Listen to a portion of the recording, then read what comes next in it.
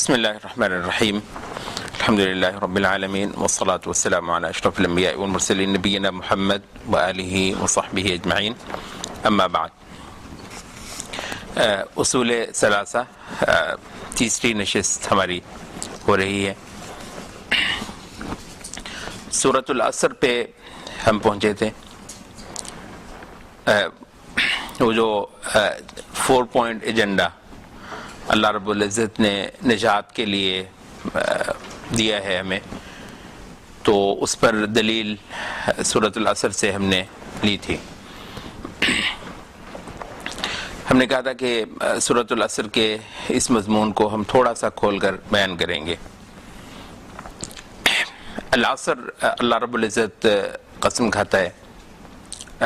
العصر کی کئی ساری تفسیریں ہیں، لیکن ہم سب سے زیادہ جو اس کی عام تفسیر کی گئی ہے اسی کو لیں گے. اس کا مطلب ہے زمانہ.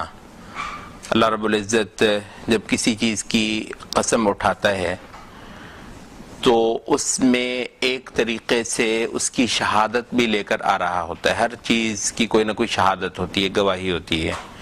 ہر چیز کا کوئی نہ کوئی میسج ہوتا ہے اور اس کی کوئی سگنیفیکنس ہوتی ہے. تو مطلب ویسے تو کسی بھی چیز کی قسم اللہ رب العزت اپنے مخلوقات میں سے اٹھا لے. مخلوق کے لیے جائز نہیں ہے کہ وہ خالق کے علاوہ کسی کی قسم اٹھائے، مگر خالق آزاد ہے، وہ جس چیز کی چاہے قسم اٹھائے. تو اس چیز کی کوئی سگنیفیکنس ہوتی ہے تو اللہ رب العزت کسی خاص مقام پر اس کی قسم اٹھاتا ہے. تو ورنہ یہ نہیں کہ کوئی بھی چیز جو ہے کسی قسم کے لیے اللہ رب العزت ذکر کر دے. تو خاص زمانے کی قسم اللہ رب العزت نے کھائی ہے اس مقام پر. تو اس کا کیا مطلب ہے؟ کہتے ہیں کہ واحد چیز جس نے یہاں انسانوں کو آتے ہوئے اور پھر جاتے ہوئے دیکھا ہے، وہ واحد گواہ ہے ہی زمانہ. زمانے کے علاوہ کوئی نہیں ہے جس نے یہاں انسانوں کی یہ ٹریفک دیکھی ہو. کروڑوں اربوں آ رہے ہیں اور اتنی ہی تیزی کے ساتھ یہاں سے جا رہے ہیں. تو یہاں آتا ہے انسان، پتہ نہیں کیا کچھ کرنا ہے. ایک نومولود جب آنکھ کھولتا ہے اس جہان میں تو نہ جانے کیا کچھ اس سے وابستہ ہوتا ہے. اس مطلب پتہ نہیں کیا کچھ اس نے کرنا ہوتا ہے. لیکن جب جاتا ہے تو وہ بہت بڑا خسارہ لے کر جاتا ہے. تو زمانے نے اس چیز کو دیکھ رکھا ہوا ہے. یہ زمانہ ہے جس نے عاد کی بستی کو اوندے دیکھا. یہ زمانہ ہے جس نے سمود کو مرتے اور برباد ہوتے دیکھا، فرعون کو غرق ہوتے دیکھا. تو ایک ہی تو وٹنس ہے، ایک ہی تو گواہ ہے. تو اس کی گواہی اللہ رب العزت یہاں پر ذکر کر رہا ہے. اچھا، تو اس کا مطلب یہ ہے کہ آپ تاریخ پر نگاہ ڈال لیں، کیونکہ تاریخ جو ہے وہ زمانے ہی کی ایک صورت ہے. جو زمانہ گزر گیا اس کو ہم ہسٹری کہتے ہیں، ٹھیک ہے، کہتے ہیں. اور تاریخ کو پڑھنا قرآن مجید کے مضامین میں سے ایک بہت بڑا موضوع ہے، تاریخ پڑھنا. مگر تاریخ کو قرآن مجید ایک خاص نظر سے پڑھاتا ہے.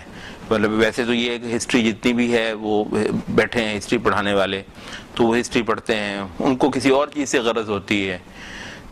قرآن مجید تاریخ بہت زیادہ آپ اگر دیکھ لیں، کہتے ہیں قرآن مجید کا کوئی 1/4 ہے ہی ہسٹری، تاریخ پہ ہے. لیکن تاریخ کو آپ مختلف نظروں سے دیکھتے ہیں. تو ایک نظر ہے ہدایت کی نظر سے دیکھنا، اخلاقیات کے حوالے سے دیکھنا. قومیں اوپر جاتی ہیں اور نیچے جاتی ہیں، برباد ہوتی ہیں. یہ جو تہذیب کا سفر ہے ایمان کے حوالے سے، اخلاق کے حوالے سے، تو قرآن مجید اس کے بارے میں باقاعدہ ہمیں ایک نظر دیتا ہے. اور کوئی دنیا کا موحد نہیں ہے، کوئی قرآن مجید کا طالب علم نہیں ہے جس کو ہسٹری سے بہت زیادہ توجہ، تعلق اور رغبت نہ ہو. تو اس کے بڑے کام کی چیز ہے. تو اس میں وہ اپنے لیے بہت کچھ نکالتا ہے. تو اصل میں ہسٹری کیا ہے؟ مرے ہوں کی کہانی ہے، کیا لینا کیا ہے اس میں سے؟ اصل چیز یہ ہے کہ جو چلے گئے ان سے اپنے لیے کچھ اسباق لیے جائیں. تو قرآن مجید ان اسباق کے حوالے سے ہی بتاتا ہے کہ بھئی اگر تم ذرا دیکھ لو تو پوری تاریخ کے اندر قوموں کے حوالے سے بھی، افراد کے حوالے سے بھی. تو کیا کچھ کیا، کیا کچھ بنایا، یہ بالکل irrelevant ہے. کیا کچھ کیا، بات یہ ہے کیا کچھ لے کے گئے یہاں سے. تو جو لے کے گئے وہ صرف وہی تھے جو اس خسارے سے بچے. تو ان الانسان لفی خسر، انسان بطور جنس گھاٹے میں ہے. ظاہر ہے یہاں پر الانسان کسی خاص انسان کی بات نہیں ہو رہی ہے، بلکہ جن سے انسان کی بات ہو رہی ہے. جن سے انسان گھاٹے میں ہے. یہ گھاٹا کس حوالے سے ہے، کیا مسئلہ ہے؟ یہاں پر لوگوں نے بہت کچھ کیا ہے. گھاٹا کیا ہے، کیا کھویا کیا ہے؟ اس میں جو اصل بات ہے وہ یہ ہے کہ انسان یہاں پر کرنے کے آتا ہے، اور اس سے زیادہ بڑا سوال یہ ہے کہ یہ اتنی مختصر سی زندگی، پھر وہ کوئی زندگی ایسی ڈیپینڈیبل زندگی نہیں ہے.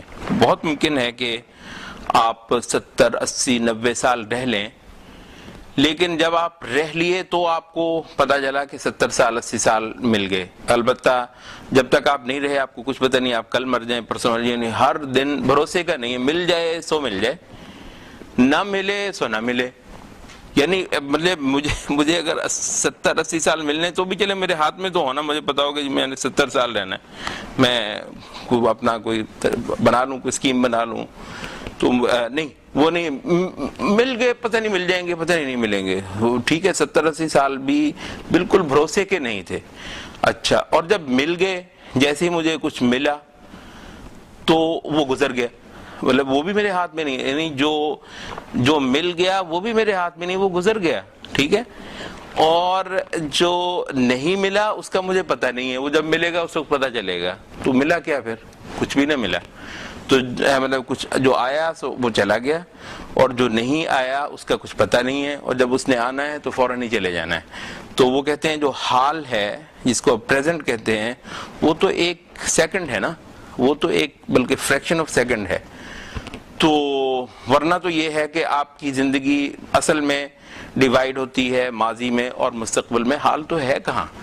تو اس وجہ سے کہتے ہیں کہ عرب لینگویج کی جو جینیس، مطلب کیا اس کے پیچھے کہانی ہے کہ باقی ہر زبان میں ہی جو ٹینس ہوتے ہیں وہ 3 ہوتے ہیں، عربی میں 2 ہوتے ہیں، مطلب اور فیوچر. ٹھیک ہے، عربی میں ماضی اور مضارع ختم. کہتے ہیں مطلب اس کی شاید یہی وجہ ہے کہ وہ جو اصل میں جو عقل کا سانچہ ہے وہ یہ دیکھتا ہے کہ بھی حال تو ہوتا ہی نہیں ہے، ہوتا ہے تو ماضی ہوتا ہے یا پھر مستقبل ہوتا ہے. تو زمانے 2 ہیں بنیادی طور پر، اور دونوں وہ ہیں جو ایگزسٹ نہیں کرتے. ٹھیک ہے نا، دونوں ہی زمانے ایگزسٹ نہیں کرتے، کیونکہ ماضی بھی ایگزسٹ نہیں کرتا، وہ نہیں ہے، فیوچر بھی ایگزسٹ نہیں کرتا، وہ آیا نہیں ہے، اور جو ہے وہ نہ ہونے کے برابر ہے. تو یہ ہے سارے کا سارا انسان. تو انسان جب یہاں پر آتا ہے، سوال یہ ہے کہ وہ کرنے کے لیے کیا آتا ہے. اتنی جو ہے ولنریبل لائف، یعنی جسے آپ کہتے ہیں بیچارگی کی زندگی، بالکل مطلب ہے کہ کسی کے فیصلے پر ہے. مطلب میرا کوئی فیصلہ نہیں چلے گا کہ میں نے کل کو زندہ رہنا ہے یا نہیں رہنا ہے. مجھ سے پوچھے تو میں تو یہاں پہ کہوں گا میں ہمیشہ ہی رہوں، لیکن کسی نے مجھ سے پوچھنا نہیں ہے. ٹھیک ہے، تو وہ مل گئی ہے. یہ جو لائف ایسی بے بھروسے کی نہیں ہے. اس میں اصل سوال یہ ہے کہ انسان اس طرح کی زندگی میں کرنے کیا آتا ہے. تو یہ تو لائف خود بتاتی ہے، یہ جو زندگی ہے یہ خود بتاتی ہے کہ میں یہاں پر جو ہے ہمیشہ کے لیے نہیں ہوں. میں کوئی ایسی چیز نہیں ہوں جس پر آدمی فریفتہ ہو، جس پر مرے. ویسے کہنے کو بہت بڑی نعمت ہے یہ دنیا، یہاں پر کسی کو اللہ نے صحت دی ہو، تناسانی دی ہو، آرام سے اس کا وقت گزرتا ہو، تو یہ نعمت ہے بہت بڑی. لیکن اصل یہ ہے کہ یہ کوئی ایسی چیز نہیں ہے کہ جس کے لیے آدمی بہت زیادہ تمنائیں اور آرزویں کرے. پھر یہ غموں سے بھری ہوئی ہے. اچھا، ایک تو یہ نا کہ ڈیپینڈیبل نہیں ہے، پھر یہ ہے کہ یہ دکھوں سے بھری ہوئی ہے. کوئی کون سا گھرانہ ہے جس میں ہر سال 2 سال 3 سال کے بعد کوئی نہ کوئی جنازہ نہیں اٹھتا؟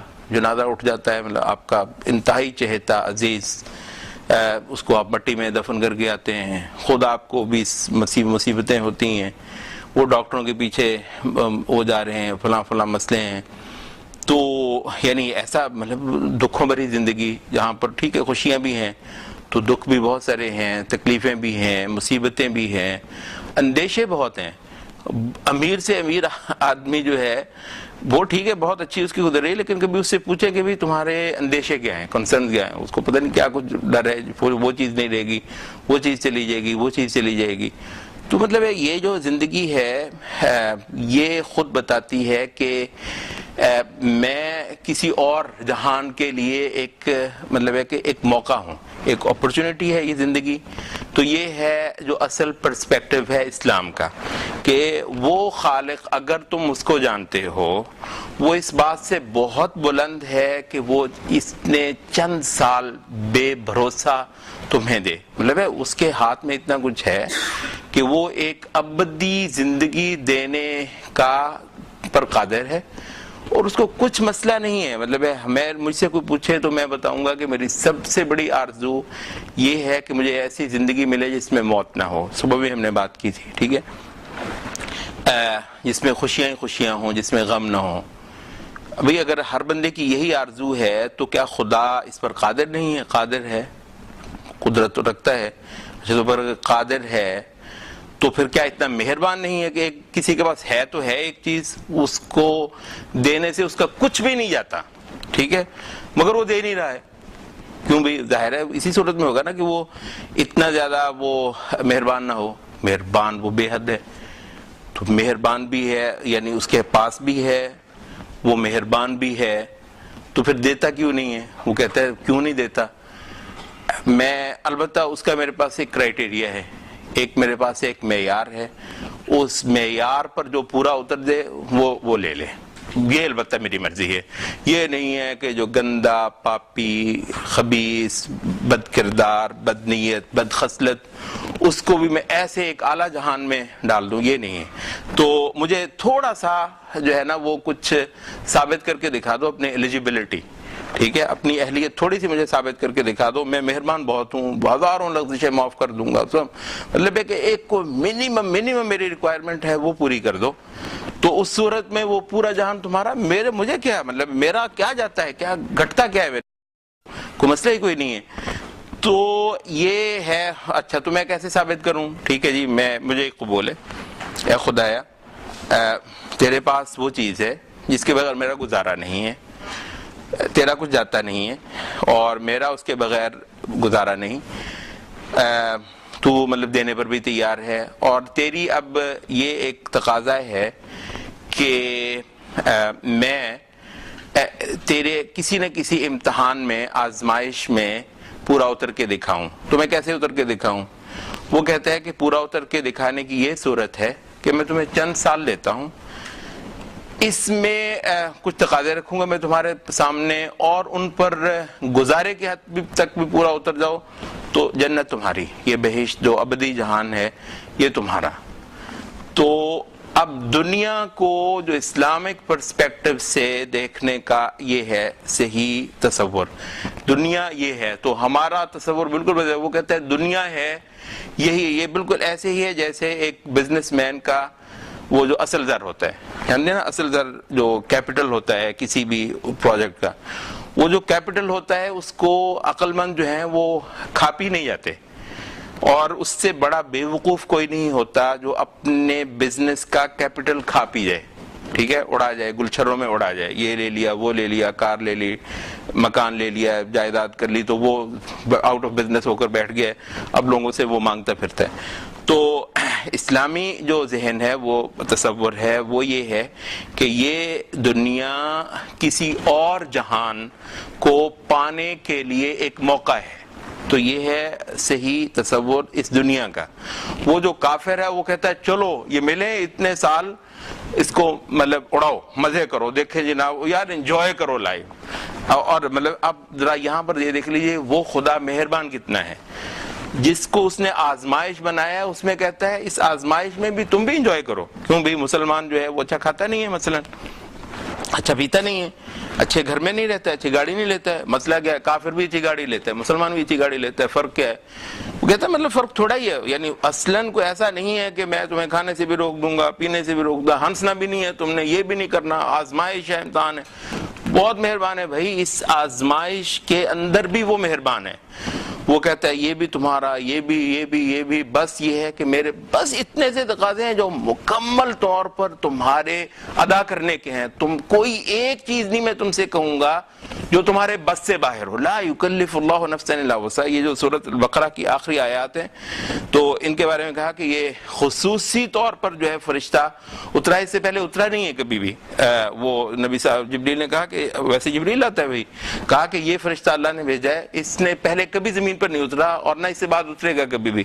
یہ دو آیتیں دے کر گیا سورۃ البقرہ کی، اس میں کمال کی باتیں اور ساری کی ساری احسانات اللہ تعالیٰ کے، سب کے سب احسانات، اور امت محمد کے لیے خصوصی رعایتیں، بہت خصوصی رعایتیں. تو یہ ہے سورۃ البقرہ کا جہاں اختتام ہوتا ہے، کیونکہ کہتے ہیں سورۃ البقرہ سب سے بڑا اکاؤنٹ ہے احکام کا. اتنا بڑا ریزروائر ہے، مطلب احکام بہت نازل ہوئے سورۃ البقرہ میں. تو یہ ضروری تھا کہ اس کے آخر میں اللہ تعالیٰ کی جو نرمی، رعایت، گنجائش ہے اس کا کچھ خصوصی ذکر ہو. تو وہاں پر کہا کہ لا یکلف اللہ نفسا الا وسعها. تو مطلب اتنا سا کہ کچھ تھوڑی سی، ٹھیک ہے زور لگے گا، فجر کے وقت اٹھنا ہے، بالکل اٹھنا ہے، فلاں چیز حرام ہے تو ہاں ظاہر ہے کافر مدد کرے گا، یعنی کچھ ہے، کچھ ہی اس میں ہے کہ مطلب تھوڑا سا زور لگے گا، کچھ تو قربانی ہوگی، سیکریفائس کا کچھ تو ہے، ورنہ پھر وہ آزمائش ہی نہیں ہے. لیکن ہے ایک مہربان کی دی ہوئی آزمائش، ایک بڑے ہی رحم دل جو کوئی ہو سکتی ہے ہستی، تو اس کی طرف سے یہ ایک آزمائش ہے. تو وہ کافر ہے، وہ کہتا ہے کہ چلو جی مزے کرو، یہ ٹائم ملا ہے، موقع ملا ہے. تو ایک مومن ہے وہ کہتا ہے یہ زندگی ہے کیا، مطلب یہ کچھ بھی نہیں ہے، اس کی ساری قدر اس لیے ہے کہ اس جہان کو اصل زر بنایا جائے، کیپٹل بنایا جائے، اس اصل جہان کا جہاں کوئی غم نہیں ہے، جہاں کوئی دکھ، کوئی تکلیف نہیں ہے، کوئی موت نہیں ہے، ہر چیز آپ کے خواہش پر، آپ کے چاہت پر، اور مطلب ابدیت ہمیشہ ہمیشہ. تو یہ جو چیز ہے تو کہا کہ اس جہان کے اندر اصل میں انسان کرنے کے آیا تھا. یہ تو جہان تھا ہی اس لائق نہیں کہ اس کو بس کر چلا جائے، یہ تو اس لائق تھا نہیں، یہاں سے تو کچھ لے کر جانا تھا آگے. تو جتنے آئے وہ بے وقوف یہاں جو ہے نا اپنا اصل زر کھا گئے، جو اپنا اس کا کیپٹل تھا اس کو وہ ہڑپ کر گئے، اور بالکل کنگال ہو کر، خالی ہو کر وہ جب گئے تو اگلے جہان میں جا کر پھر وہ جوتے کھا رہے ہیں اور پٹائی کروا رہے ہیں، اور پتہ نہیں کیا کیا برے حالات ان کے ہیں. اور ایک کے بعد جو اگلا مرحلہ آنا ہے ان کے لیے زیادہ خوفناک اور زیادہ دردناک آنا ہے. تو کہتے ہیں کہ زمانہ اس بات کا گواہ ہے کہ جتنے یہاں پر آئے اپنا جو اصل زر تھا، سارا کچھ جو ہے، جو اپنی سب سے قیمتی جو چیز تھی اس کو گنوا کر گئے. ہاں سوائے مطلب ان لوگوں کے جنہوں نے الذین آمنوا، یہ جو لوگ ایمان لے کر آئے. تو ہم نے اس پر البتہ خاصی تفصیل سے وہ کیا تھا کہ ایمان کیا ہے. ایمان سب سے پہلے ان حقیقتوں کو سمجھنے اور جاننے کا نام ہے جو کہ اللہ رب العزت نے جن سے پردہ اٹھایا ہے نبوتوں کے ذریعے سے، رسالتوں کے ذریعے سے، کیونکہ کوئی ان حقیقتوں سے پردہ نہیں اٹھا سکتا سوائے انبیاء کے، وہ بھی اس وجہ سے کہ ان پر خالق کی طرف سے وحی اترتی ہے. تو یہ جو خوش قسمت نفوس سے ان کی رسائی ہو گئی ان سراغوں تک، سراغ زندگی، حقیقی زندگی کا سراغ، خالق کا پتہ.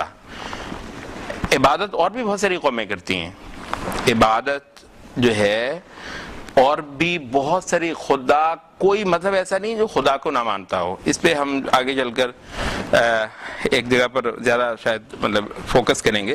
یہ بہت اہم بات ہے کہ جی مطلب ہے. اور اس وقت جو ہے نا ہیومنزم جیسے فلسفے جو ہیں ان کی وجہ سے خاصی مطلب ہے کہ یہاں پر نا ایک کنفیوژن سی اور جی بندے کے عمل اچھے ہونے چاہیے، میں دیکھیں کتنا اچھا ہوں، میں کسی کو دکھ نہیں پہنچاتا، کسی کو تکلیف نہیں پہنچاتا، NGO میں نے کھولی ہوئی ہے اور اتنے ساروں کے لیے میں روٹی کا بندوبست کر رہا ہوں، فلاں کا کر رہا ہوں. کیوں بھئی یہ جو قریش کے لوگ تھے جو نبی صلی اللہ علیہ وسلم کے مقابلے پر تھے، ان میں سے بہت سارے بڑے فیاض تھے، بڑے بڑی وہ جو حاجی ہوتے تھے حج کے سیزن میں ان کو خوب کھلاتے پلاتے تھے.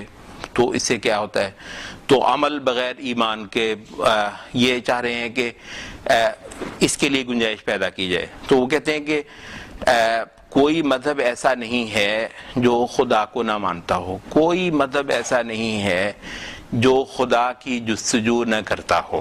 ٹھیک ہے، ہم سے بالکل اسے ڈسپیوٹ ہم نہیں کرتے، مطلب ہم کہتے ہیں کہ یہ صحیح ہے، ہم کیوں اس کا انکار کریں. ہم یہ کہتے ہیں کہ محمد صلی اللہ علیہ وسلم کی شریعت پر چلنے والوں کے علاوہ ہر مذہب ہر دھرم جو ہے وہ جہنم کے خطرے میں ہے، یہ ہم کہتے ہیں. لیکن ہم یہ مانتے ہیں کہ خدا ان کا بھی مطلوب ہے. یہاں پر ظاہر ہے ایک کنفیوژن ہوئی، اگر خدا ان کا بھی مطلوب ہے تو پھر کیسے ان کو وہ جہنم میں کیوں جائیں گے اور آپ جنت میں کیوں جائیں گے؟ آپ کی کوئی خدا کے زیادہ چہتے ہیں، ظاہر ہے استغفر اللہ، کوئی بھی خدا کا چہتا نہیں ہے. خدا کے اصول ہیں، بالکل عدل کے اصول ہیں، کوئی بھی ان پر پورا اترے تو خدا اس کو قبول کرتا ہے، پذیرائی بخشتا ہے، اور کوئی بھی ان اصولوں پر پورا نہ اترے تو وہ خدا کے ہاں جا کر جواب دہ ہوتا ہے، پکڑا جاتا ہے. تو یہ ہم یہودیوں کی طرح ہم نہیں کہتے جی ہم تو خدا کے چہتے ہیں. ہم یہ کہتے ہیں کہ جو خدا کی طرف سے اترا ہے وہ سچ ہے. ہم یہ کہتے ہیں، یہودیوں کی طرح ہم نہیں کہتے کہ جی ہم خدا کے چہتے ہیں، جو بھی ہو جائے خدا نے ہمیں نہیں جہنم میں ڈالنا، ہم تو بخشے ہیں تو ہمیں تو کچھ نہیں ہونا. استغفر اللہ، مطلب یہاں انبیاء تھر تھر کانپتے ہیں. نبی صلی اللہ علیہ وسلم جو ہے وہ سجدہ کرتے ہیں تو اس میں مطلب ہے کہ وہ آنسو بہاتے ہیں. ٹھیک ہے، رات کے وقت کرتے ہیں تو عائشہ رضی اللہ عنہا کہتی ہیں کہ ایسے جیسے ہنڈیا جو ہے وہ ابل رہی ہو، تو وہ بھی نہیں ہے کہ اونچی آواز سے رونا ہے، لیکن جیسے وہ بندہ اپنے آپ کو روک رہا ہے، وہ ایک طوفان ابل رہا ہے خوف کا. ٹھیک ہے، خدا یہ محمد صلی اللہ علیہ وسلم ہیں جن کے ساتھ وعدے ہیں، وہ ڈر رہے ہیں، وہ مطلب ہے کہ جیسے ہنڈیا ابل رہی ہے ایسے ان کا گریہ ہے. تو راتوں کو اٹھ کر تو اس طریقے سے بخشش مانگتے ہیں. تو ہمیں جو اللہ تعالیٰ نے جو عبادت سکھائی ہے وہ یہودیوں کی طرح نہیں ہے کہ جو کہتے ہیں جی ہمیں تو کچھ ہونا ہی نہیں ہے. ہم تو بہت ڈرتے ہیں اللہ تعالیٰ سے، بلکہ ڈرنے کو ہی ہم عبادت کہتے ہیں. تو پھر پوائنٹ کیا ہے، وہ جو اصل ڈفرنس ہے وہ کیا ہے؟ وہ بنیادی طور پر ہے سورۃ آل عمران میں وہ مقام ہے، اور یہ بہت اہم ہے خاص طور پر اس وقت جب یہ ہیومنزم جو ہے نا اس نے مائنڈز کو اچھا خاصا جو ہے نا وہ شیپ کیا ہے، اور اس وجہ سے وہ عمل ہی کا ایک ایسا تصور دینا چاہ رہا ہے کہ اس میں سے خدا نکل جائے. خدا کو مانتا ہے مانے، نہیں مانتا ہے نہ مانے، یار عمل تو اچھے کرے نا. تو مطلب یہ ہے کہ ایمان کی شرط. تو وہ سورۃ آل عمران کا وہ مقام ہے، قُلْ إِن كُنتُمْ تُحِبُّونَ اللَّهَ فَاتَّبِعُونِي.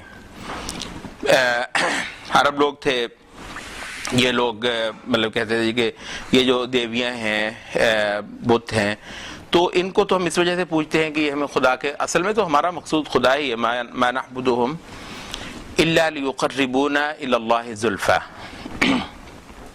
ہم ان کی عبادت نہیں کرتے مگر اس مقصد کے لیے کہ یہ ہمیں خدا کے ہاں کوئی پذیرائی دلوا دیں، قربت دلوا دیں. تو مطلب وہ تھے. اس کے علاوہ سورۃ آل عمران کے حوالے سے مفسرین کہتے ہیں کہ وفد نجران ایک علاقہ تھا یمن میں، تو بہت زرخیز شاداب علاقہ تھا، تو عیسائی تھے سب کے سب. تو ان کو نبی صلی اللہ علیہ وسلم نے جب خطوط بھیجے حدیبیہ کے بعد، صلح حدیبیہ کے بعد، اوروں کو بھی بھیجے تو ان لوگوں کو بھی بھیجے. تو یہ لوگ اٹھ کے چل آئے نبی صلی اللہ علیہ وسلم کے پاس، خاصی بڑی تعداد میں، کہتے 70 کے قریب یہ ایک وفد آیا، اور ان میں سے 2 بندے آگے بڑھ کر نبی صلی اللہ علیہ وسلم کے ساتھ مناظرہ بھی کرتے رہے.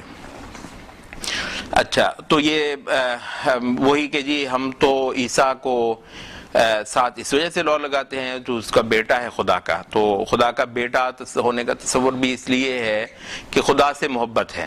تو خدا سے محبت میں اس طرح کے بہت سارے کام وہ کر رہے ہیں. تو جس کا مطلب یہ ہے کہ خدا کو پانا ان سارے ہی مذاہب کا واقعتاً مقصود ہے. اچھا، تو وہاں پر یہ کہا گیا کہ خدا کو تو ماننے والے سب ہیں، خدا بھی تو کسی کو مانتا ہو. مسئلہ تو اصل میں یہ ہے، ٹھیک ہے. ابن قیم یہاں پر کہتے ہیں کہ اللہ تعالیٰ سے تو سب محبت کرتے ہیں، ٹھیک ہے. سوال یہ ہے کہ اللہ کس سے محبت کرتا ہے؟ اصل میں تو پوائنٹ یہ ہے. تو اللہ تعالیٰ کو حق ہے معاذ اللہ یا نہیں کہ وہ کوئی معیار رکھتا ہو کہ سارے اس کے ماننے والے ہیں مگر وہ کسی کو کہے کہ تیرا ماننا میرے نزدیک ٹھیک ہے؟ اس کے لیے یہ ضروری ہے کہ خدا خود اپنی شریعت اتارے، اپڈیٹ شریعت، اور اس کے مطابق لوگ اس کی عبادت کریں. کوئی بندہ خدا پر اپنے ظن سے اللہ تعالیٰ پر امپوز نہیں کر سکتا. میں نے اس طرح پوچھنا ہے تجھے، قبول کرنا ہے کر، نہیں کرتا ہے نہ کر، میں نے تو یوں ہی کرنا ہے. مطلب یوں نہیں چلتا ہے اس کے ہاں. وہ اس سے پوچھا جاتا ہے کہ تیری عبادت کیا ہے، کون سی جو ادا ہے جو تیرے ہاں پذیرائی پاتی ہے اور کون سی ادا ہے جو تیرے ہاں پذیرائی نہیں پاتی ہے. وہ جس کو پریسکرائب کرے گا جس چیز کو، اس کے مطابق اس کی عبادت ہوگی. حتیٰ کہ یہ صرف اتنا نہیں ہے بلکہ اتنا ہے کہ ایک چیز کو اس نے پریسکرائب کیا ہوا تھا، پھر ایک وقت پہ اس نے کہا کہ اس میں امینڈمنٹ کرتا ہوں. تو ہم نے یہ نہیں کہنا کہ جناب یہ کیا ہوا، وہ پہلے تو اس طریقے سے تیری عبادت ہوتی تھی، میں تو اسی طریقے سے کروں گا. کیا مطلب ہے؟ تم جانتے ہو بندگی کیا ہے؟ تم جانتے ہو عبادت کیا ہے؟ اس کے اشاروں پر جو ہے وہ عمل کرنا، صرف اس کے الفاظ نہیں. وہ اشارہ کر دے تو کہے کہ جی یہ ہے وہ خدا. تو خدا پر اپنی مرضی ٹھونسنا اور کہنا کہ میں ویسے تجھے مانتا ہوں، عبادت تیری کرتا ہوں لیکن مرضی میری چلے گی، تو یہ عبادت نہیں ہے. تو عبادت وہ جس کو خدا پریسکرائب کرے، کہے کہ یوں میری عبادت کرو. وہ اسی کے اندر کوئی ترمیم کر دے جس کو ہم ہماری ٹیکنیکل لینگویج میں نسخ کہتے ہیں، منسوخ کرنا. پہلی شریعتوں کو اس نے منسوخ کر دیا ہے.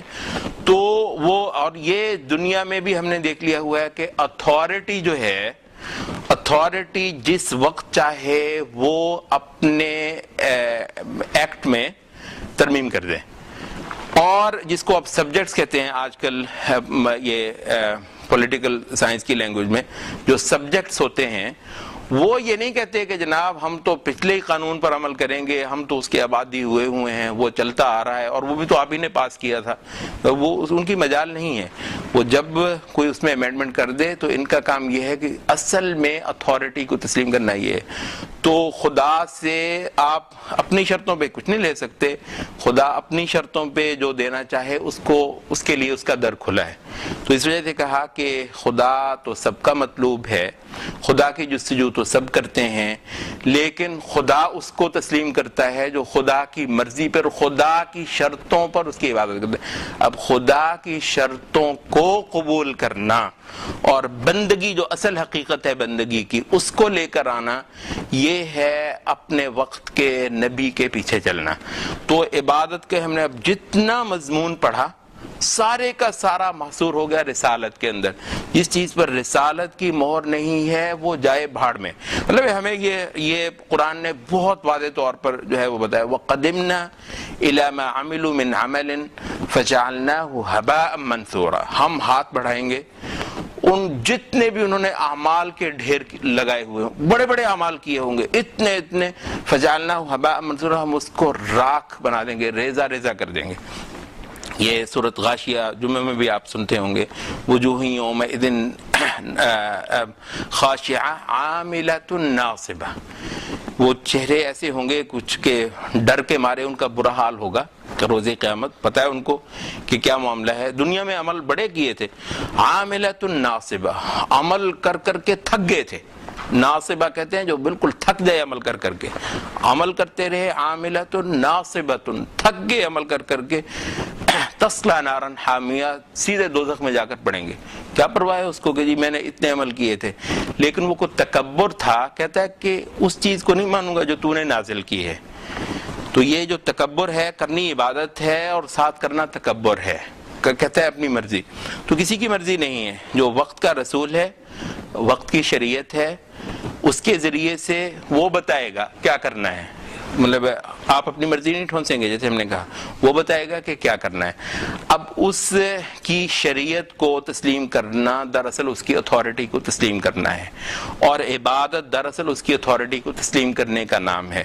عبادت جو ہے نا وہ سجدے اوپر نیچے، یہ وہ تسبیح پھیرنا، یہ کرنا، کئی سارے اعمال کرنا، وہ خرچہ کر دینا، دیگیں چڑھا دینا، چاول کھلا دینا اور غریبوں کے کچھ کر دینا، یہ سارا کچھ بعد میں، یہ دراصل عبادت بنے گا جب وہ اللہ تعالیٰ اس کو قبول کرنے کا عندیہ دے گا۔ تو قبول کرنے کا ظاہر ہے فیصلہ جو ہے کس کی نماز قبول ہوئی ہے یہ تو قیامت کے روز معلوم ہوگا، پتہ نہیں ہم میں سے بہت سارے اس میں ریا ہوگی اور کوئی غلطی ہوگی، ظلم کے ساتھ اللہ تعالیٰ کسی کا عمل رد نہیں کرے گا، کوئی اس عمل میں ہی خرابی ہوگی تو اس کو رد کر دے گا۔ تو یہ ٹھیک ہے کہ نبی صلی اللہ علیہ وسلم کی شریعت کے مطابق بھی بعض لوگوں نے جو نمازیں پڑھیں، جو اعمال کیے، ان میں سے بعض اعمال اللہ رد کر دے کہ ان کے اندر کوئی نقص تھا، ٹھیک ہے، نیت صاف نہیں تھی، مال حلال نہیں تھا، مثلا یہ بھی بتایا ہوا ہے کہ مال حلال نہیں ہے تو عمل قبول نہیں ہوگا، تو یہ بھی دراصل اللہ کی رسول اللہ صلی اللہ علیہ وسلم کی شریعت کے مطابق عمل نہ کرنا ہوا، کیونکہ نبی صلی اللہ علیہ وسلم کی شریعت یہی ہے کہ عمل کیا جائے رزق حلال کھا کر، ٹھیک ہے، اور اخلاص نیت کے ساتھ، اس کے اندر ریاکاری نہ ہو، کسی کو متاثر کرنا نہ ہو، خالصتاً اللہ تعالیٰ کو پانا ہو، تو یہ سارے کے سارے یہ نبی صلی اللہ علیہ وسلم کی شریعت کے مطابق ہی ہیں۔ ہم نے کہا کہ ہو سکتا ہے کہ یہ نبی صلی اللہ علیہ وسلم کے امتیوں کے بھی بعض اعمال اپنے کسی نقص کی وجہ سے رد ہو جائیں، اللہ تعالیٰ کے ہاں قبول نہ ہوں، یہ ایک الگ بات ہے، اور اس چیز کا تو ظاہر ہے کہ اس سے تو پردہ قیامت کے روز ہی اٹھنا ہے۔ تو لیکن یہ جو بات ہے نا ایک اور بہت زیادہ کی جاتی ہے، جی آپ کو کیا پتا، یہ تو قیامت کو فیصلے ہونے ہیں کہ کس کو اللہ تعالیٰ معاف کرتا ہے، کس کو اللہ تعالیٰ معاف نہیں کرتا ہے، کس کا عمل قبول کرتا ہے، کس کا نہیں کرتا ہے۔ آپ مسجدوں میں نمازیں پڑھتے ہیں، وہ جا کے مندروں میں کرتے ہیں، وہ چرچ میں، وہ سینیگاگ میں، وہ کہاں پر، تو یہ تو یہ قیامت کو چھوڑ دیں، یہ باتیں چھوڑ دیں، آپ اپنی کریں، قیامت کے روز جو ہے نا یہ فیصلے ہونے ہیں۔ بھائی اللہ تعالیٰ نے دو فیصلے کیے، وہ جو قیامت کے روز فیصلہ ہونا ہے وہ تو اس فیصلہ کرنے کے بعد کیا مجھے یہ فائدہ ہو جائے گا، مثلا فرض کریں استغفر اللہ میں چرچ میں جا کر عبادت کرتا رہا ہوں، آپ نے کہا جی کہ قیامت کو فیصلے ہونے، اب میں قیامت کا منتظر ہوں، قیامت کو فیصلہ ہوا کہ یہ تو عبادت نہیں تھی وہ جو میں نے پریسکرائب کی ہوئی تھی، تو مطلب یہ تو میرے ہاں رد ہے، اس فیصلے سے مجھے کوئی فائدہ ہوگا؟ یعنی میں کہوں گا اچھا چلے، اب مجھے پتہ چل گیا تو اب مجھے واپس جانے دے، اب میں جا کر مسجد میں تیری عبادت کروں گا، اب میں چرچ میں نہیں کرتا، کون مجھے واپس آنے دے گا؟ تو وہ جو قیامت کو فیصلہ ہونا یہ حق ہے کہ قیامت کو فیصلہ ہونا ہے، مگر وہ جو قیامت کو فیصلہ ہونا ہے اس کا مجھے فائدہ نہیں ہوگا، وہ تو بس فیصلہ ہو گیا، ختم ہو گیا، جس کو جو پار لگ گیا سو لگ گیا، اس کو کہتا ہے کہ جا جنت میں، جو نہیں پار لگا اس کو جہنم میں بھیجا جا رہا ہے۔ تو وہ جو فیصلہ ہونا ہے ہر بجے قیامت کے فیصلہ ہونا بھائی، اس فیصلے کا وہ تو فیصلہ تو حق ہے، اس پر تو ہمارا ایمان ہے، مگر وہ فیصلہ نہیں ہے جس سے مجھے فائدہ ہو جائے۔ تو خدا کے دو فیصلے، یہ بہت اہم بات ہے ایمان کے حوالے سے، خدا کے دو فیصلے ہیں، ایک فیصلہ ہے جو قیامت والا فیصلہ ہے اور ایک فیصلہ ہے جو کتاب کا فیصلہ ہے، اور اس کے بارے میں فرمایا کہ کان الناس امۃ واحدہ فبعث اللہ النبیین مبشرین ومنذرین، اللہ تعالیٰ نے تانتا لگا دیا رسولوں کا جو بشارتیں دینے والے اور ڈراوے دینے والے، خبردار کرنے والے، وَأَنزَلَ مَعَهُمُ الْكِتَابَ بِالْحَقِّ، اور ان کے ساتھ کتاب ایک دستاویز آسمانی اتاری حق کے ساتھ، کس لیے؟ لِيَحْكُمَ بَيْنَ النَّاسِ فِي مَا اخْتَلَفُوا فِيهِ، تاکہ وہ فیصلہ کر دے ان تمام امور کا انسانوں کے مابین جس میں وہ اختلاف کرتے رہے ہیں، وہ اختلاف کرتے رہیں۔ تو خدا نے ایک فیصلہ کیا ہے کتاب کے ذریعے، کتاب کے ذریعے کیونکہ یہ عقل مند مخلوق ہے، ٹھیک ہے، یہ انسان ہے نا، عقل مند مخلوق ہے، تو عقل مند کو پڑھنا چاہیے، وہ کتاب پڑھے اور ایک خدا کا فیصلہ آج لے لے۔ وہ خدا کا فیصلہ یہی ہے کہ اس طرح اس نے عبادت کروانی ہے، اس طرح اس نے اطاعت کروانی ہے، یہ یوں سجدہ ہوگا، یوں نماز ہوگی، یوں قربانی ہوگی، یوں فلاں عمل ہوگا، ٹھیک ہے۔ تو وہ ہے ایک کتاب کا فیصلہ ہے، لیکن یہ کتاب کے فیصلے کے ساتھ کوئی جبر نہیں ہے، پھر کتاب کا نے فیصلہ کر دیا، آپ کہتے ہیں میں نہیں مانتا، ٹھیک ہے نہیں مانو، مطلب ہے کہ قیامت آنی ہے، تو یہ ہے جس میں موقع ہے، تو یہ کتاب کا فیصلہ ہے جس کا مجھے فائدہ ہونے والا ہے اگر میں اس پر ایمان لے آؤں، الا الذین آمنوا، تو جو ایمان ہے اصل میں تو اس لیے ہے کہ وہ ساری حقیقتیں کھل کر سامنے نہیں آ گئیں، کیونکہ جب وہ کھل کر سامنے آ گئیں یومئذ لا ينفع الذین آمنوا قل یوم الفتح لا ينفع الذین کفروا ایمانهم، کہ بار بار کہیں کہ متی ھذا الفتح ان کنتم صادقین، کب ہے جب یہ فیصلہ ہونا ہے، ان سے کہو جس دن وہ فیصلہ ہونا ہے نا وہ تو سامنے آ جانا ہے، پھر تو مانو گے ہی مگر اس ماننے کا فیصلہ فائدہ نہیں ہے، تو وہ جو فیصلہ ہے وہاں پر ہر بندہ جھک جائے گا، کون ہے جو اس دن مانے گا نہیں، یہ تو کیسے وہ سب مانیں گے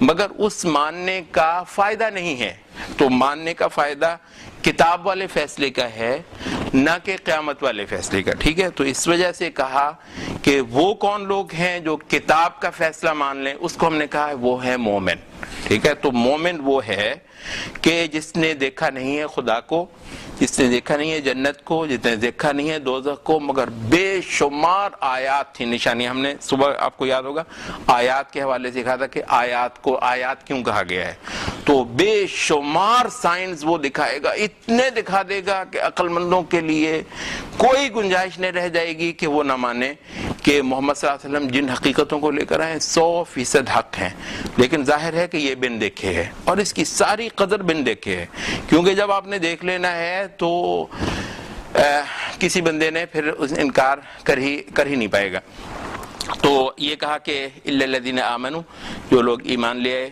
وعملوا الصالحات، اور پھر وہ ایمان پر مبنی اعمال صالحہ کرنے لگے، تو اب جب ہم نے عمل کا تصور لیا ہے وہ ایک خاص تصور ہے، ٹھیک ہے، وہ عمل ہے جو ایمان سے پھوٹتا ہے، وہ عمل ہے جو خالق کو پہچاننے سے پھوٹتا ہے، تو وہ اس وجہ سے ہمارے علماء کہتے ہیں کہ جو دین ہے مطلب اخلاق کا اور پاکیزگی کا اعلیٰ ترین تصور دیتا ہے، تو اخلاق دراصل خالق کو جاننے سے ہی آتے ہیں، مطلب اخلاق کا جو اصل مادہ ہے وہ ہے پاکیزگی، وہ ہے طہارت، وہ ہے حسن، وہ ہے اعلیٰ چیزیں، تو یہ سارا کچھ جو ہے اس کا تعلق معبود سے ہے، کیونکہ اللہ رب العزت حسن کا خالق ہے، اللہ رب العزت جو ہے وہ اچھائی کا، پاکیزگی کا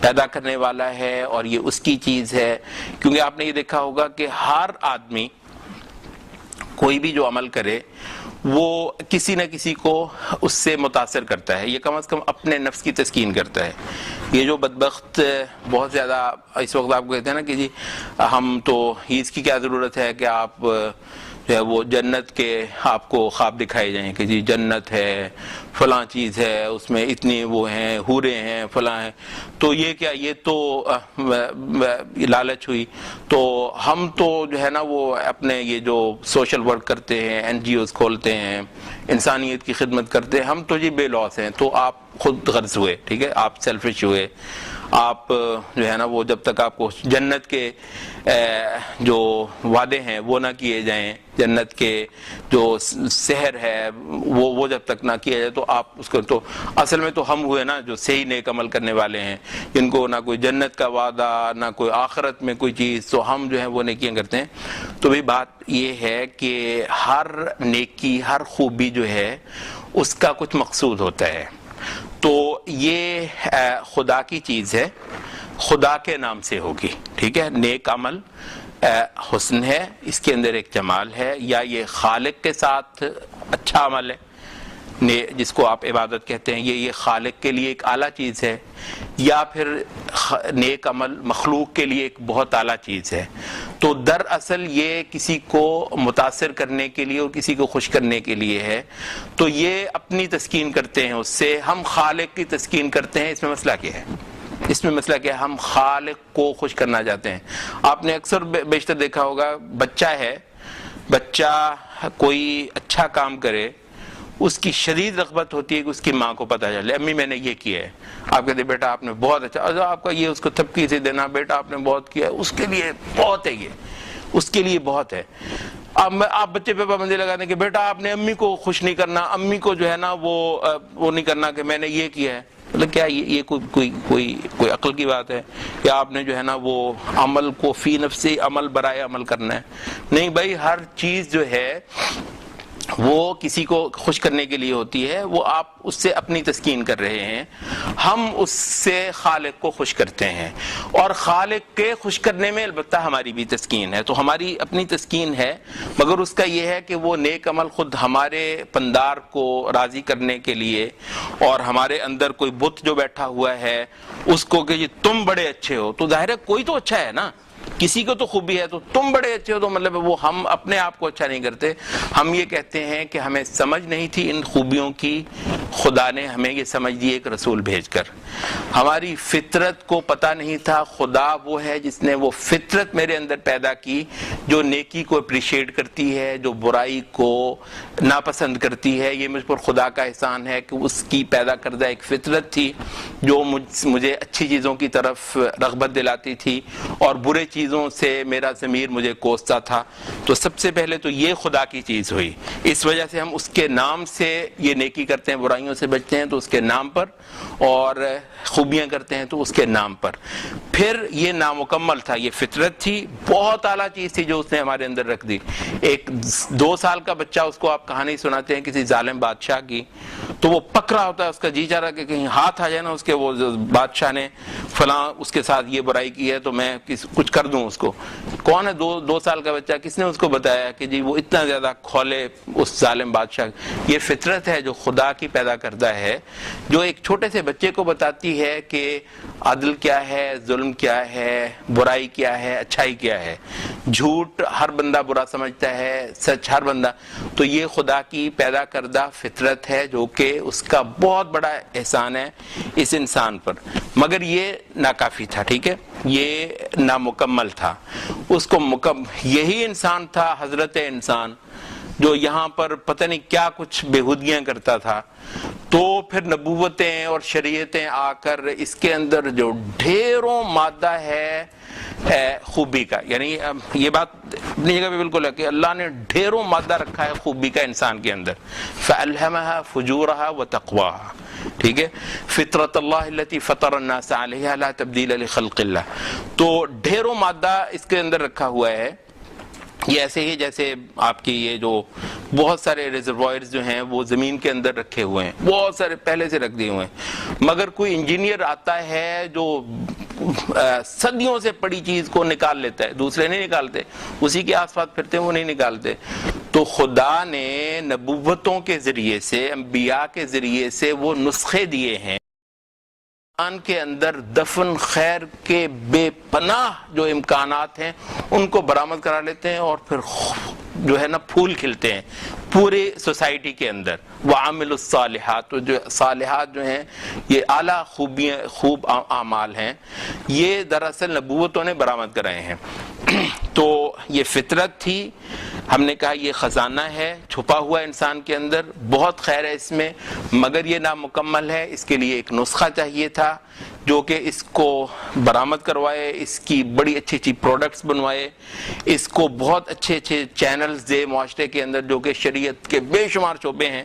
تو اس کے لیے پھر اللہ تعالیٰ نے نبوت بھیجی. تو جب نبوت بھیجی اس کو ہم نے قبول کیا، تو پھر جتنے نیک اعمال تھے وہ ہم نے خدا کے نام سے کیے، وہ ہم نے خدا کے نام پر کیے اور خدا کو پیش کیے، اور اس پر ہم نے اس کے ہاں قبولیت پانے کی خواہش کی. تو یہ ہے اعمال صالح. تو اعمال صالح کی جو تعریف کی ہے علماء نے وہ یہ ہے کہ عمل صالح اس کو کہتے ہیں جو کہ خالصتاً اللہ کے لیے کیا گیا ہو. پہلی شرط ہے یا عمل صالح کی ڈسکرپشن کا جو پہلا پوائنٹ ہے وہ یہ ہے کہ عمل چاہے جتنا بھی بظاہر اچھا ہو اس کو صالح نہیں کہیں گے جب تک کہ وہ خالصتاً خدا کو خوش کرنے کے لیے انجام نہ دیا گیا ہو. ٹھیک ہے، اس میں کسی کو مروب کرنا، کسی کو متاثر کرنا، ریاکاری جسے آپ کہتے ہیں، اس سے آپ بچے ہوئے ہوں. تو یہ پہلی شرط ہے. دوسری شرط یہ ہے کہ وہ عمل جو ہے وہ محمد صلی اللہ علیہ وسلم کی شریعت پر ہو. اس سے پہلے ظاہر اور شریعتیں تھیں جب تک محمد صلی اللہ علیہ وسلم نہیں آئے تھے. اور یہ بھی درست ہے کہ پہلے زمانے میں ایک ہی وقت میں ایک سے زیادہ انبیاء بھی ہوتے تھے اور مختلف قوم میں مختلف انبیاء کی شریعت پر ہوتی تھیں. تو اس وجہ سے وہ ساری صورت اس دور میں ممکن تھی. جب سے محمد صلی اللہ علیہ وسلم کو بھیج دیا پورے روئے زمین پر کسی کی عبادت خدا کے ہاں قبول ہونے والی نہیں ہے جب تک کہ وہ محمد صلی اللہ علیہ وسلم کی شریعت پر نہ ہو. تو یہ دوسری شرط ہے کہ کبھی ہم کہتے ہیں شریعت کبھی کہتے ہیں سنت. تو سنت جو ہے ظاہر ہے وہ نبی صلی اللہ علیہ وسلم کی شریعت ہی ہے, یہ شریعت ہی کا حصہ ہے. تو دو شرطیں ہو گئیں, ایک اس کے لیے مختصر لفظ بولتے ہیں اخلاص اور دوسری شرط کے لیے مختصر لفظ بولتے ہیں سنت. اخلاص اور سنت دو چیزیں ہیں جو آپ کے ایک نیک عمل کو واقعتاً نیک عمل بناتی ہیں. یہاں پر میں تھوڑا سا وضاحت کر دوں, یہ جو لفظ صالح ہے یہ کیا ہے؟ صالح کیا ہے؟ عمل الصالحات, اعمال صالحہ. کیا ہے صالح کا مطلب؟ ظاہر ہے آپ اس کا ترجمہ کرتے ہیں نیک عمل, جو کہ صحیح ترجمہ ہے, مطلب مجھے اس سے کوئی مسئلہ نہیں ہے, لیکن یہ میں چاہ رہا ہوں کہ اس کی سینس کو آپ لے لیں کہ صالح کا جو سینس ہے وہ کیا ہے. اچھا, نیک ہم مطلب اچھے عمل کو کہہ دیتے ہیں. لفظ صلح یصلح کا مطلب ہوتا ہے کسی چیز کے لیے فٹ ہونا, کسی چیز کے قابل ہونا. آپ نے آج کل کی ماڈرن عربک جو ہے وہ آپ نے دیکھا ہوگا, یہ جو مختلف یہ پیکنگ کی ہوتی ہے نا فوڈز کی, جوس ہے ہے, اچھا اس میں جو ہے نا وہ ایک لکھا ہوتا ہے, آپ کے ہاں یہ لکھا ہوتا ہے نا کہ good up to that date, اس طرح کا لفظ لکھا ہوتا ہے نا. اچھا عربی میں آپ کبھی دیکھیے گا وہ ڈبے پر لکھا ہوگا کہ صالح لمدت کذا, صالح الی مثلا دسمبر, صالح الی, کیا مطلب ہے اس کا؟ صالح الی دسمبر, الی کا مطلب ہوتا ہے ٹل, تو صالح کا مطلب کیا بنتا ہے آپ کے خیال میں؟ جی ہاں اچھا. اسی طریقے آپ کے پاکستانی پاسپورٹ پر بھی کچھ دیر تک میں وہ دیکھتا رہا ہوں کہ عربی بھی لکھی ہوتی ہے پاکستانی پاسپورٹ پر, پتہ نہیں اب آج کل بھی لکھی ہوگی, کبھی چیک کیجئے گا. وہاں پر وہ اس کی جو ایکسپائری ڈیٹ ہوتی ہے اس پر لکھا ہوتا ہے کہ صالح الی عام کذا, مطلب فلاں سال تک صالح, یہ پاسپورٹ فلاں سال تک صالح ہے. کیا مطلب ہے اس کا؟ وہی دوبارہ valid up to that date. اچھا, تو صالح کا مطلب ہوتا ہے جو کسی غرض کو پورا کرنے والا ہو, ٹھیک ہے. بسا اوقات عربی میں یہ چلتا ہے کہ ھذا لا یصلح لہذا العمل, یہ بندہ اس جاب کے لیے ٹھیک نہیں ہے. تو کسی جاب کے لیے, کسی غرض کو پورا کرنے کے لیے فٹ ہونا, صحیح ہونا, اس کے لیے لفظ جو ہے نا صالح کا بولتے ہیں. تو جو قابل استعمال ہو, جو فائدہ دینے والا ہو, جو کسی غرض کو پورا کرتا ہو, جو کسی مقصد کے لیے فٹ ہو. اور اس کا جو الٹ ہے وہ فاسد ہے. مطلب کہتے ہیں کہ کھانا جو ہے مطلب ابھی اچھا ہے تو اس کو ہم کہتے ہیں صالح. اچھا جب کھانا بس گیا, خراب ہو گیا, اب وہ اس غرض کو پورا نہیں کر رہا تو اس کو کہتے ہیں فاسد. طعام فاسد, طعام فاسد کا مطلب وہ جو کھانا جو خراب ہو گیا ہے, no more good for the purpose it was meant for, تو وہ اس کو ہم کہتے ہیں فاسد. تو فساد یہ ہے کہ اس کی خوبی چلی جائے, اس کا وہ جو غرض تھی, غایت تھی, مقصد تھا, وہ پورا نہیں ہوتا, تو اس کو ہم فاسد کہتے ہیں, فساد کہتے ہیں. تو اعمال صالحہ جو میں چاہ رہا تھا کہ اس کی آپ کو سینس مل جائے, تو وہ اعمال صالحہ جو ہیں فی نفسہ ہی مقصود نہیں ہوتے ہیں. اعمال صالحہ کسی غرض کو پورا کرنے کے لیے ہوتے ہیں. یہ نماز کسی غرض کے لیے ہے, تو جب وہ غرض پوری کرے گی تو یہ عمل صالح ہوگا, ٹھیک ہے. وہ غرض پوری کرنا ایک تو سب سے پہلے خدا کو کی تعظیم ہے, تو وہ نماز بنے گی نماز تب عمل صالح جب ہے تو خدا کی عبادت کرنا نماز کے اندر، اس کو پوچھنا، اس کی تعظیم کرنا، اس کو کورنش بجا لانا. پھر اس کے علاوہ نماز جو ہے وہ آپ کے نفس کو مطلب ہے پاک کرتی ہے، صاف کرتی ہے، خدا کی بندگی کرواتی ہے. تو اس معنی میں نفس جو ہے پھر معاشرے کے اندر نماز پھول کے لاتی ہے. تو یہ سارا کچھ جو ہے نماز صالح بنے گی جب وہ کسی غرض کو پورا کر رہی ہوگی. ٹھیک ہے، روزہ صالح ہوگا عمل جب وہ کسی غرض کو پورا کر رہا ہوگا. حج ہے تو سارے کے سارے اعمال فی نفس ہی مقصود نہیں ہوتے، تو اعمال کے ذریعے سے دراصل اللہ تعالیٰ کو پانا مقصود ہوتا ہے، اور اس کے ساتھ ساتھ پھر اپنے نفس کو سدھارنا. تو اعمال صالح ہو گئے یہ. اس کے بعد فرمایا کہ وَتَوَاصَوْا بِالْحَقِّ، وہ جو ہے حق کی تلقین ایک دوسرے کو کرنے لگ گئے ہیں. جہان میں کبھی ایسا نہیں ہوتا کہ کسی سوسائٹی میں کچھ نارمز نہ ہوں، کسی سوسائٹی میں کچھ سٹینڈرڈز نہ ہوں جن کے وہ صبح و شام جن کی تعظیم نہ کرتے ہوں. آپ جب تک کوئی بھی سوسائٹی کے آپ کے ہاں کوئی ایسی چیزیں ہوتی ہیں جن پر سوسائٹی متفق ہوتی ہے، ٹھیک ہے، وہ اس کو اپنے لیے سب کچھ جانتی ہے، وہ اس کو اپنی بنیاد، اپنی مرکزیت کی بنیاد جانتی ہے. تو یہ وہ لوگ ہیں جو ایمان اور عمل صالح کی جو حقیقتیں ہیں، یہی ان کا کانسٹیٹیوشن ہے، یہی ان کا دستور ہے، اسی کی تعظیم کرتے ہیں، اسی کی حرمتوں کے یہ ایک دوسرے کو واسطے دیتے ہیں، اسی پر پختہ ہے، کہتے ہیں اسی پر جینا ہے، اسی پر مرنا ہے. ٹھیک ہے، اسی کے لیے ہم ہیں، اور یہی ہماری سب سے بڑی دولت ہے، یہی ہمارا سب سے بڑا مقصد ہے. تو یہ ہے تواصی بالحق. تو تواصی بنیادی طور پر جو اس کا جو معنی ہے وہ حالانکہ اس میں یہاں پر لفظ ویسے کہنے کو دعوت آ سکتی تھی، یہ بھی تھوڑا سا اہم ہے. لفظ جو استعمال ہوا ہے یہاں پر تواصی کا ہوا ہے، تواصوا بالحق. کہنے کو یہ ہو سکتا ہے کہ وہ لوگ دعوت بھی دے رہے ہوں. دعوت کا لفظ سورۃ العصر میں نہیں آیا ہے. وجہ کیا ہے؟ وجہ یہ ہے کہ دعوت ایز سچ جو ہے بہت تھوڑے لوگ ہیں جو دعوت دے سکتے ہوں. ٹھیک ہے، بہت سارے لوگ ہو سکتا ہے کہ دعوت کیا ہے، نہ آپ بہت سارے لوگوں کے پاس نہ آپ جا کر کوئی خطبہ، نہ واعظ، نہ تقریر، نہ کچھ مطلب ہے بیسیکلی آپ ہو سکتا ہے گھر میں ہی بیٹھے ہوں اور اپنے فرائض پورے کر رہے ہوں، تو دعوت آپ کے ساتھ بہت زیادہ لفظ فٹ نہ بیٹھ رہا ہو. اس کی بجائے لفظ جو تواصی ہے اس کا کیا مطلب ہے؟ تواصی کا مطلب ہوتا ہے میں آپ کو ایک چیز پر پختہ کر رہا ہوں، آپ مجھے ایک چیز پر پختہ کر رہے ہیں، اس کو کہتے ہیں تواصی. اور یہ باب جو تفاعل ہوتا ہے اس میں پارٹیسپیشن کی ایک سینس ہوتی ہے. باب تفاعل کے اندر یہ جہاں پر بھی آپ آئے گا، یہ جو لوگ عربی جانتے ہیں تو اس کے اندر ایک پارٹیسپیشن ہوتی ہے، تو سب مل کر اس چیز کی آواز اٹھائیں.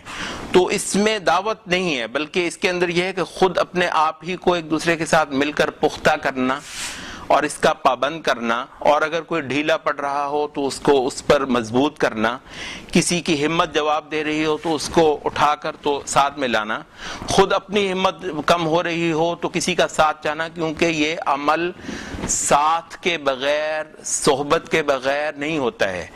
نبی صلی اللہ علیہ وسلم کو حکم دیا گیا کہ وَاصْبِرْ نَفْسَكَ مَعَ الَّذِينَ يَدْعُونَ رَبَّهُمْ بالغداۃ والعشی، اپنے آپ کو باندھ لو ان لوگوں کے ساتھ جو صبح و شام خدا کو پکارتے ہیں. نبی صلی اللہ علیہ وسلم کو یہ حکم دیا گیا، کہتے ہیں کوئی دنیا میں ایسا آدمی نہیں ہے جو اپنی ان مقاصد پر قائم ایک جو کمپنی ہے، ایک صحبت ہے، ایک اکٹھ ہے، اس سے ہٹ کر وہ خدا کی عبادت کر لے گا.